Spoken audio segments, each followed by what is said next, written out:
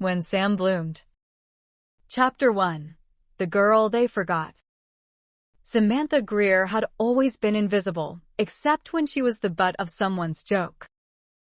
Back in college, she was the girl who sat in the back row, oversized hoodie draped like armor, hoping to be ignored. Her thick glasses slid down the bridge of her nose, and her long, curly hair was always tied in a haphazard bun. People didn't see her. Not really. Except for two boys. One made her life a quiet, aching misery. The other just made her heart ache. Troy Carver was the golden boy. Blonde hair, perfect jawline, and a smile that seemed pulled from a toothpaste commercial. He played lacrosse, walked like he owned the world, and had a talent for making girls swoon and cry within the same week. He also had a talent for finding new ways to make Samantha feel like garbage. "Hey, Sammy Cakes," he'd whisper when she passed by, always loud enough for others to hear. "You're gonna break the scale in the gym again?" His friends would howl with laughter. Samantha would keep walking, blinking away the tears. Except for one of them, his best friend Larry. Larry Thompson was the shadow behind the star. Quiet, lanky, and always with a sketchbook in his hand, Larry wasn't like Troy. He didn't laugh. He didn't mock. Sometimes, when Samantha dared look up, he'd be watching her with an expression she couldn't name. Not pity. Something warmer. Once, after a particularly cruel prank Troy pulled involving a fake Valentine's note, Larry found Samantha in the library, still red-eyed and trembling. "I'm sorry," he said softly, sitting next to her without waiting for an invitation. "You didn't deserve that." She nodded but didn't speak. She'd liked Larry. He was kind. Sweet, even. But he didn't make her heart leap like Troy did. Larry wasn't loud. He didn't laugh when Troy made a joke at her expense. Sometimes Samantha caught him glaring at Troy afterward, but he never said anything.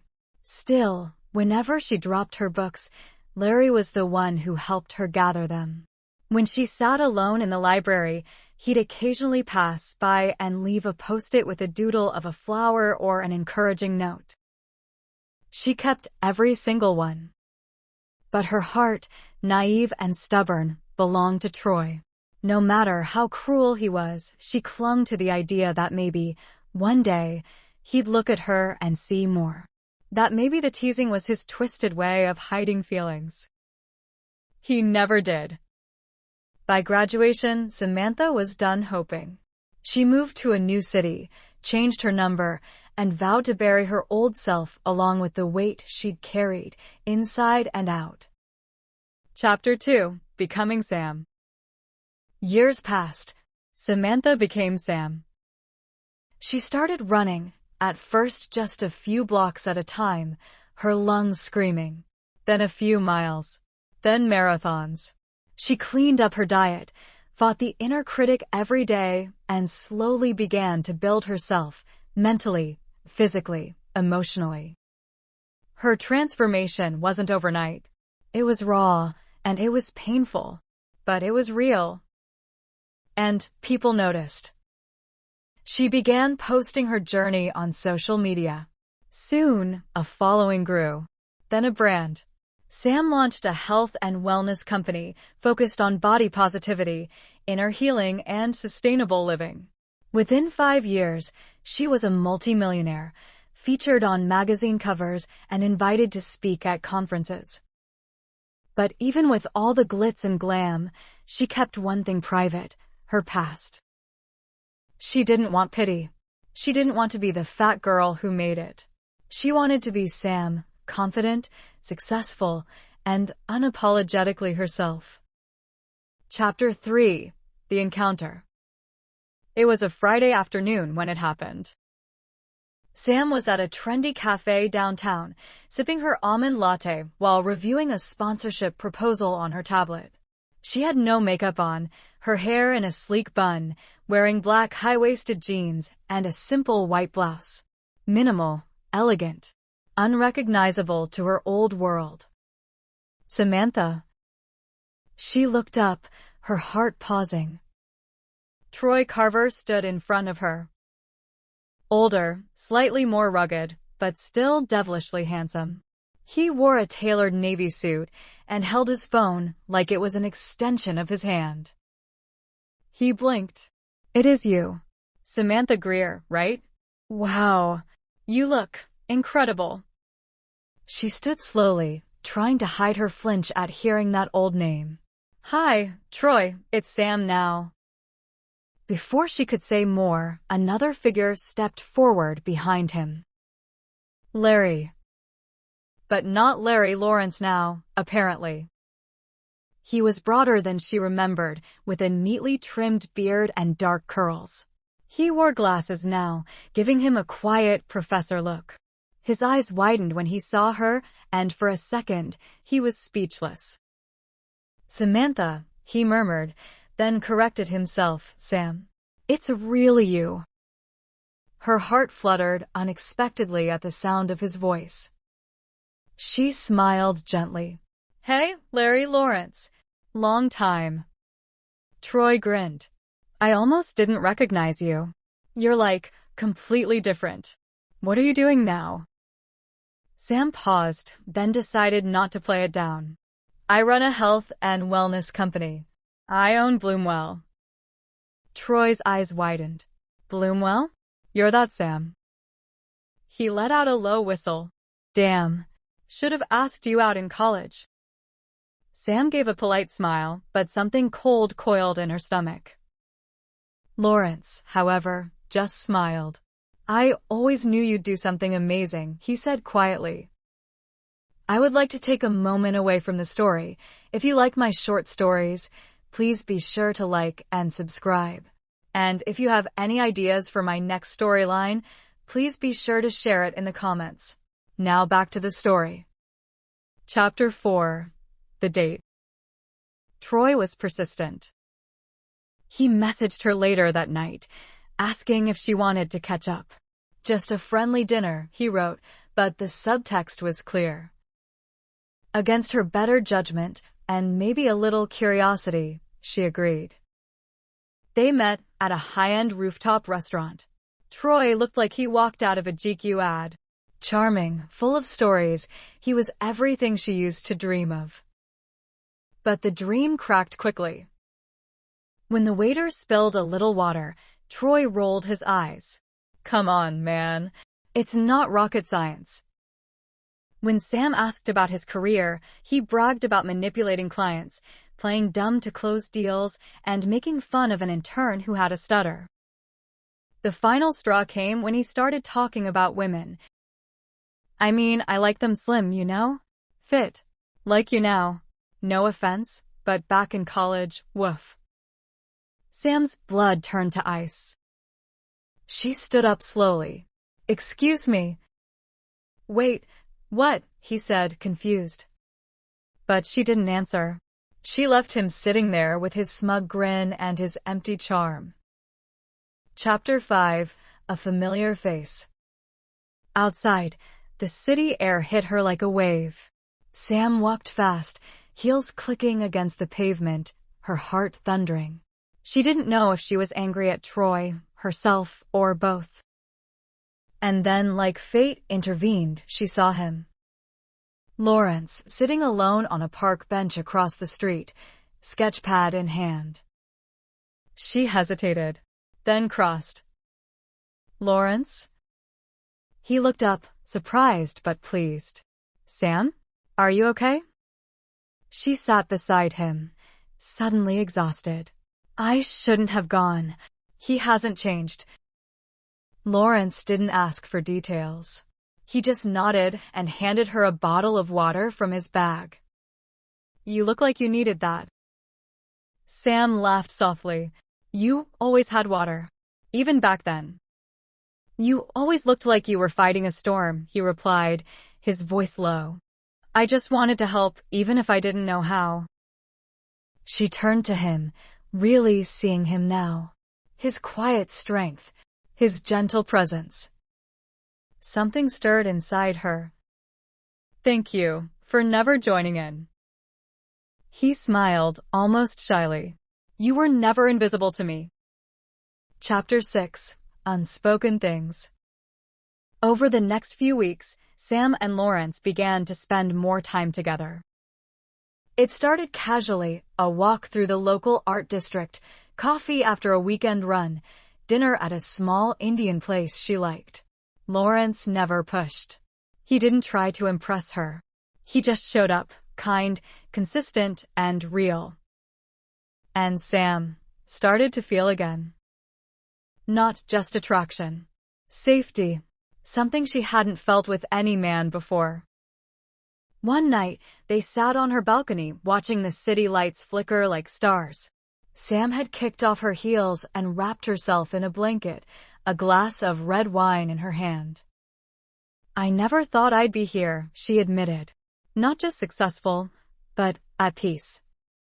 Lawrence looked over at her, his expression unreadable. You earned it. Every bit of it. She studied him for a long moment.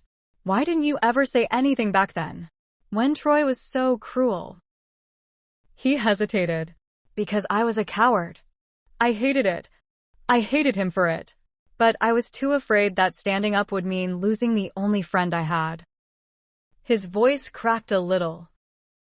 I was alone too, Sam. Just in a different way. She nodded, touched by the honesty. I never hated you for staying quiet. I just wish I'd seen you. They sat in silence for a while. Then Lawrence asked, Can I show you something? She nodded. He went to his car and came back with an old leather sketchbook. The cover was worn, the pages yellowing. When he opened it, her breath caught. It was her. Sketch after sketch, Samantha as she was back then. Laughing, reading, walking across campus. Some were rough, some detailed, some full of color and life. In one, she sat under a tree, the sun hitting her curls just right. In another, she smiled, looking directly at the viewer. You drew me, she whispered.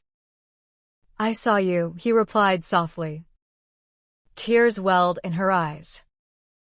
And that night, as the stars blinked above them, she kissed him. Chapter 7. The Shift. The shift between them was gradual, like the changing of seasons. Lawrence was unlike anyone she'd dated. He didn't boast. He listened. He remembered details, like how she took her tea, or the fact that she hated tulips but loved orchids. He wasn't trying to win her over. He just was. But Sam began to notice something. Sometimes, he'd zone out during conversations when the past came up, or quickly change the subject when Troy was mentioned.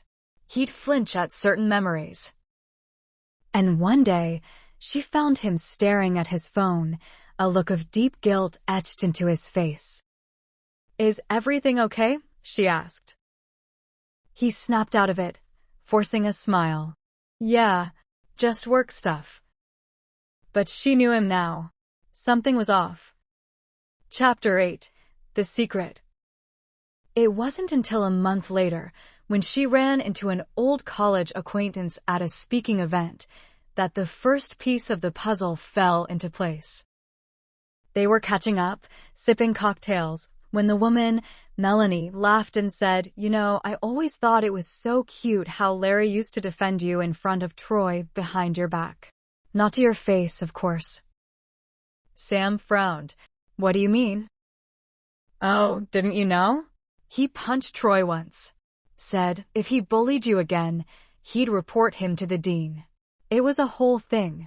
I think they stopped being friends after that. Sam stood there, stunned. When she confronted Lawrence later that night, he looked like he'd been waiting for it. I didn't want you to know, he said quietly. I was ashamed it took me that long to stand up to him. And it wasn't just that. He reached into a drawer and pulled out a sealed envelope. I was the one who submitted your name for the wellness scholarship after sophomore year. I did it anonymously. I knew you wouldn't do it yourself. You were too scared to believe in your own worth. Sam's hands trembled as she opened the letter. The scholarship had helped her transfer to the school where she truly began to change her life. You helped me get out, she whispered. I tried, he said, voice shaking. I didn't deserve to be seen as a hero, but I couldn't let you drown in that place without trying something. Tears spilled down her cheeks. And suddenly, she realized something. All this time, she had loved the idea of Troy. But Lawrence was the one who had seen her, believed in her, and loved her without expecting anything back. Even when she hadn't loved herself. Chapter 9. When Sam Bloomed. They stood on the balcony again, months later. This time, her hand rested on Lawrence's chest, his arms around her. I wasted so much time chasing the wrong person, she murmured. Lawrence kissed the top of her head. You didn't waste anything. You were becoming who you were always meant to be. She looked up at him. What about you? Who were you becoming? He smiled. Someone worthy of you. And in the silence that followed, Sam understood something deep and lasting. Love doesn't always come with fireworks and declarations. Sometimes it's quiet, patient, waiting. Sometimes it's in the sketches no one sees. The scholarship no one claims credit for. The heart that never stopped believing in you. Even when you didn't know it. Chapter 10. Echoes of the Past. Sam and Lawrence grew closer with each passing week. Her world, once filled with noise, now felt peaceful. But peace never lasts forever. It started with a text from an unknown number. You're not seriously dating Larry the loser, are you? T. Sam blocked the number without replying, but it didn't stop there. Troy began showing up at places she and Lawrence frequented. At first, it seemed coincidental. Then it became obvious. Troy was trying to win her back. I was a jerk back then, okay? He said one afternoon, cornering her outside a yoga studio. But people grow. Look at you. I'm trying. Sam narrowed her eyes. Trying to what? Undo years of cruelty with one fake apology. He smirked. You think Larry's some saint? Please. You don't know half of it. The words clung to her. Lawrence did have secrets. She knew he had a falling out with Troy, but what if it was more than what he told her? Later that evening, she confronted him. Troy's been texting me. Showing up. He said, there's more. That I don't know everything about you. Lawrence's face darkened. I should have told you sooner. He sat down, rubbing his hands together. Troy and I, we weren't just friends. We were business partners. After college, we started a tech firm together. But the deeper we got into it, the more I saw how unethical he was.